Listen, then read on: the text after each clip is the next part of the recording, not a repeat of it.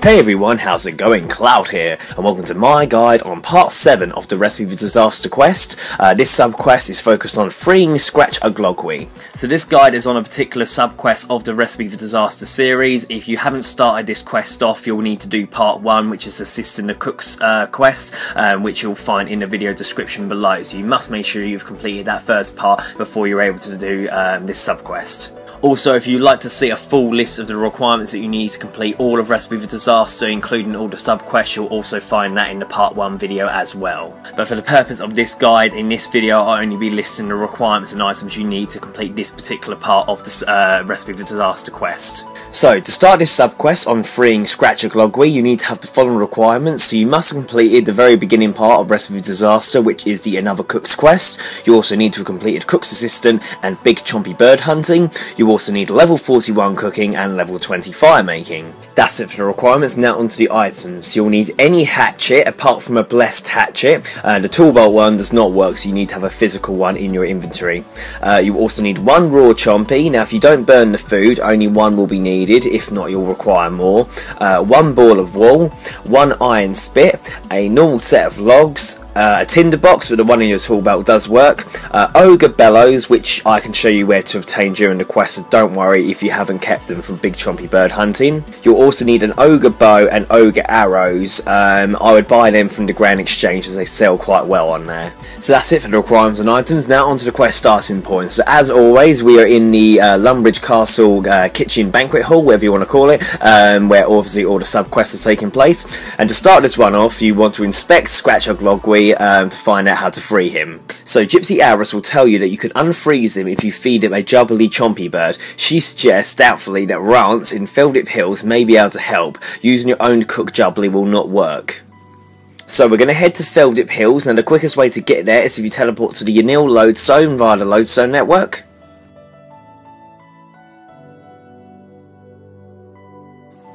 And then once you arrive, you're going to start heading in the southern direction, in the direction of Feldip Hills. And to find Rantz, he lives on the eastern side of Feldip Hills, near the water.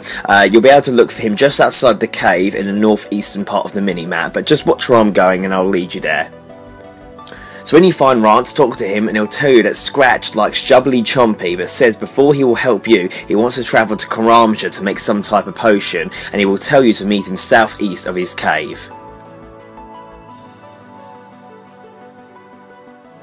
So, follow the coastline south and then east from where you first talked to him, and you'll come up to an old tree at the water's edge near some willows tree and cabbages. Talk to Rantz, who will then kick the old tree over and ask you to make it into a boat. You want to use your hatchet on it in your inventory twice on the tree to make it into a crude bow. You'll have to trim the roots of the tree back and then hollow it out. Once that's done, tell him the boat is ready and he will shoot a steel brutal arrow to a tree on Karamja and tell you to cook a chompy by the stabber. So we're now going to head over to Karamja where he fired the arrow. Now the quickest way to get there is to teleport to Karamja Lodestone via the Lodestone network. And then once you arrive, if you keep following the western coast, eventually you'll come across a small palm tree with an ogre arrow in it. And it's also got the transportation symbol on the mini-map. But again, just watch where I'm going, I'll lead you to it. So, once you find a palm tree with Rantz's arrow stuck in it, you need to light a fire under the palm tree, then use your iron spit on your chompy, and then cook the skewered chompy on the fire. If you succeed, Rantz's kids, Bugs and Feisty, will bring the bow and will offer to take you back to Rantz.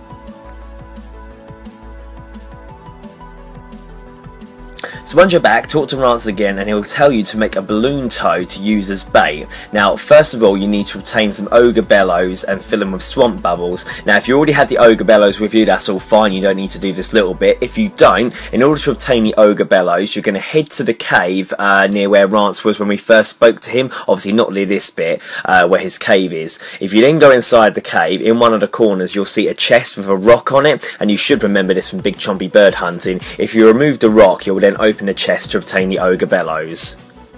Once you have the ogre bellows, we're now going to head to the swamp, which is just west of Rantz.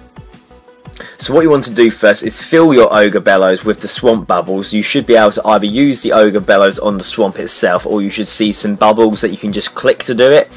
Once you have filled your Ogre bellows, you then want to use the bellows on a swamp toad nearby to get a bloated toad in your inventory. Once you've done that, you now want to mine one of the piles of rock, which is just directly west of the swamp near the ferry ring. And then once you have that, and you've obviously got a rock, a toad and ball of wool in your inventory, you then want to use the bellows on the bloated toad again to make a balloon toad. But you need to make sure your Ogre bellows are still filled with swamp bubbles, otherwise nothing interesting will happen. So for us to now catch the jubbly, what we need to do is head to where the area south of Rantz's cave was, and again you should remember this from big chompy bird hunting, but obviously just watch where I'm going. And then what you need to do is drop, make sure you don't click release, the balloon toad in the area we are in now, and sort of go a bit of a distance away, and make sure you've got your Ogre bow and arrows equipped.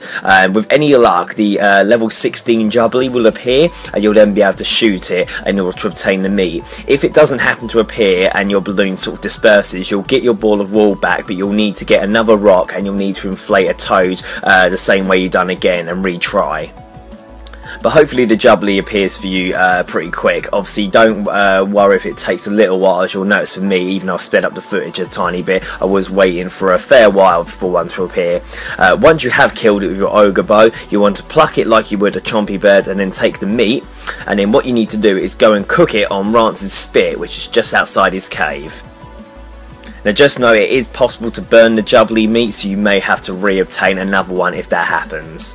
But anyway, when you have the successfully cooked jubbly bird, we're now going to take it back to Skrach in the Lumbridge Castle Banquet Hall to finish the quest.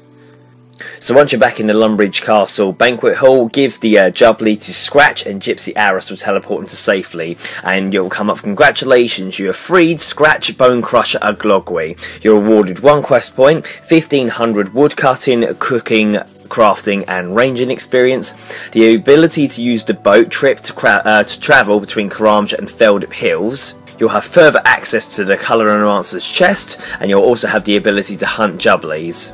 And of course 2 treasure hunter keys and 2 hearts of ice. So there we go, that's the 7th part of Recipe for Disaster finish, and another subquest completed. That will now remain obviously all the other subquests to complete, and like I said, you can do them in any order, so maybe you're doing this one last. There's no rule on what order you do it in. So if you look in the video description below, I have links for all the other subquests or guides for them once they're obviously available and made. So any other subquests that you need to complete, obviously feel free to watch the relevant guides below.